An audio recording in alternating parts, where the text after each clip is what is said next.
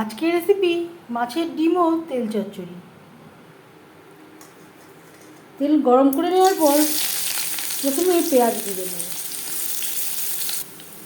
পেঁয়াজ ভেজে নেওয়ার পর দিয়ে দিলাম হলুদের গুঁড়ো, স্বাদ মতো লবণ,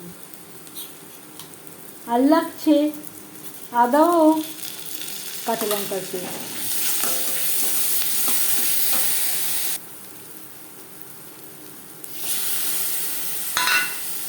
মশলা কষিয়ে নেওয়ার পর দিয়ে দেব মাছের ডিম ও মাছের তেল।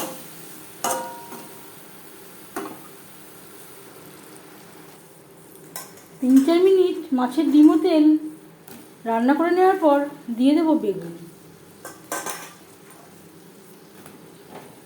একটা বেগুন আমি ডুমো করে কেটে নিয়েছি। ঢাকনা চাপা দিয়ে বেগুন সেদ্ধ হওয়া পর্যন্ত অপেক্ষা করব।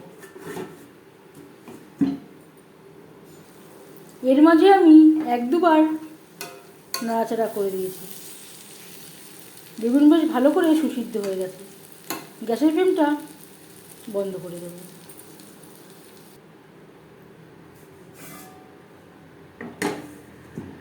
পাঁচ মিনিট ঢেকে স্ট্যান্ডিং টাইমে রাখব। মাছের তেল চচ্চড়ি রেডি। যদি এই রেসিপিটি ভালো লেগে থাকে লাইক করবেন, শেয়ার করবেন, সাবস্ক্রাইব করবেন আমার চ্যানেলটিকে। এই ভিডিওটি দেখার জন্য ধন্যবাদ।